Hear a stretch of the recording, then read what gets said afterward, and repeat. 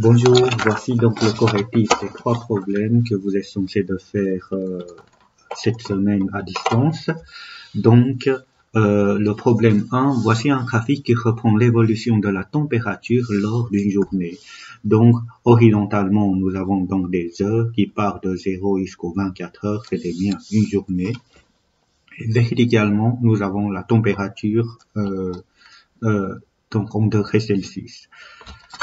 On va essayer de voir maintenant des questions.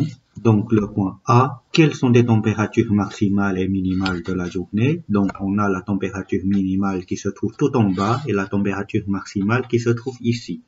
Donc, maintenant, pour déterminer la valeur exacte de la température, bien sûr, il fallait donc tracer des droites horizontales qui va nous aider à lire sur l'axe des températures. Ici, donc, on a la température. Je note avec un T majuscule pour la température max.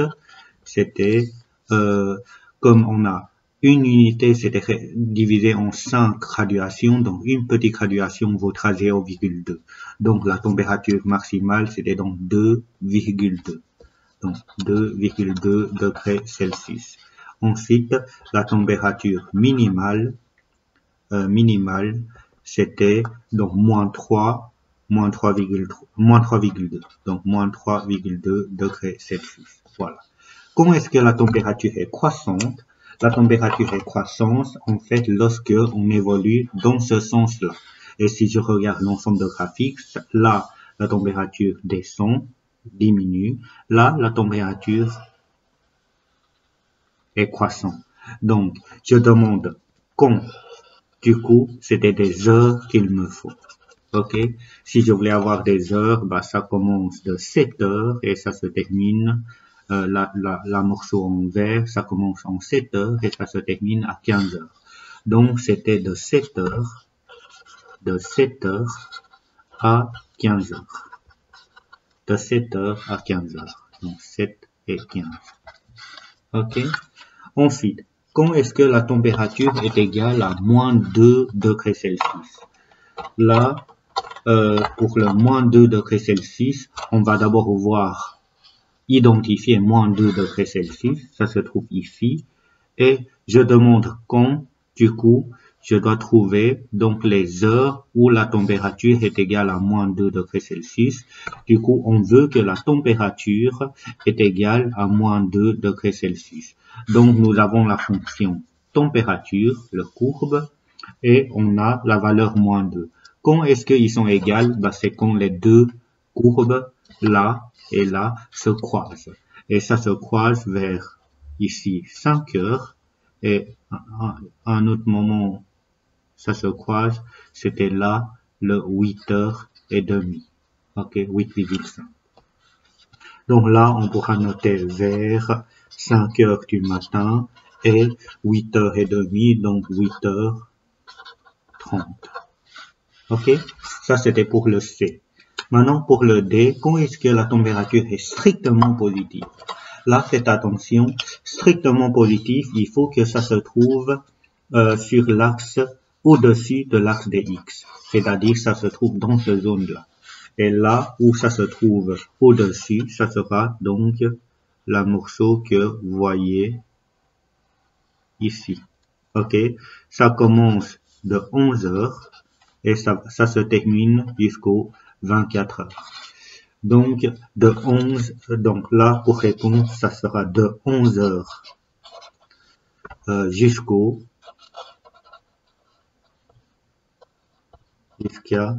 24 heures.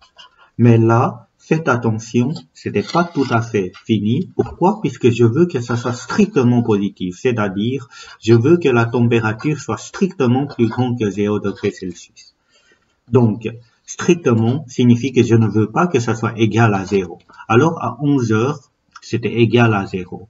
Donc, du coup, pour gagner tous les points pour cet exercice-là, il fallait rajouter ici en dessous de 11 heures non compris,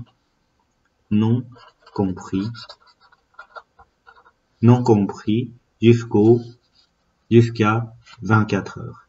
Et là, pour noter ça sous forme de l'intervalle, on fait c'était de 11 heures, crochet ouvert, jusqu'aux 24 heures crochet fermé. Pourquoi 24 heures c'est crochet fermé? Puisqu'à 24 heures, la température est bien strictement plus grande que 0. Du coup, 24 heures, on peut les prendre. La tout dernier exercice, je demande d'établir le tableau de signes et tableau de variation de la température.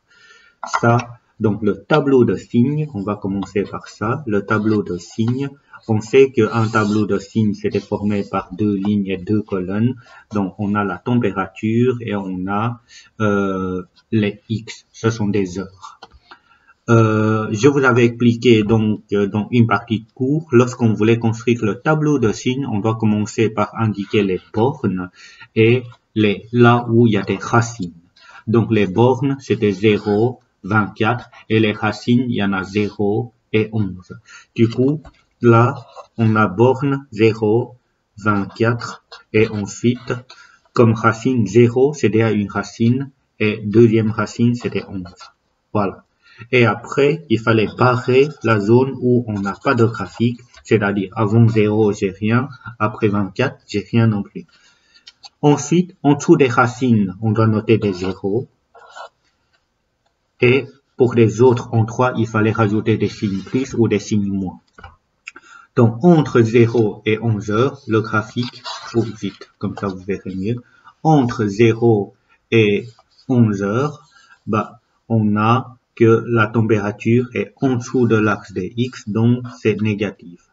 Et après, entre 11 heures et 24 heures, la température est au-dessus de l'axe des X, donc c'est positif. Et à 24 heures, c'était positif puisque c'était au-dessus.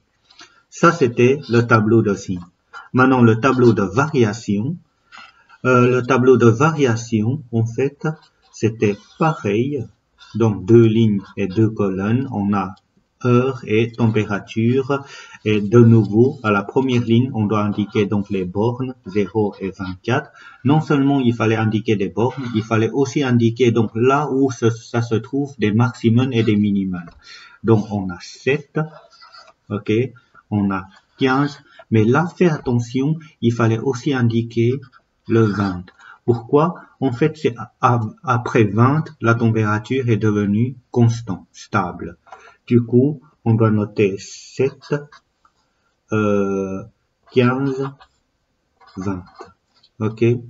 Maintenant, comme tantôt, on doit barrer là où on n'a pas besoin. Et en dessous des valeurs, on doit indiquer donc les températures correspondantes. À 0 vers minuit, il fait 0 degrés. À 7 heures, il fait moins 3,2. À 15 heures, il fait 2,2. À 20 heures, il fait 1 degré. Et à 24 heures, il fait 1 degré.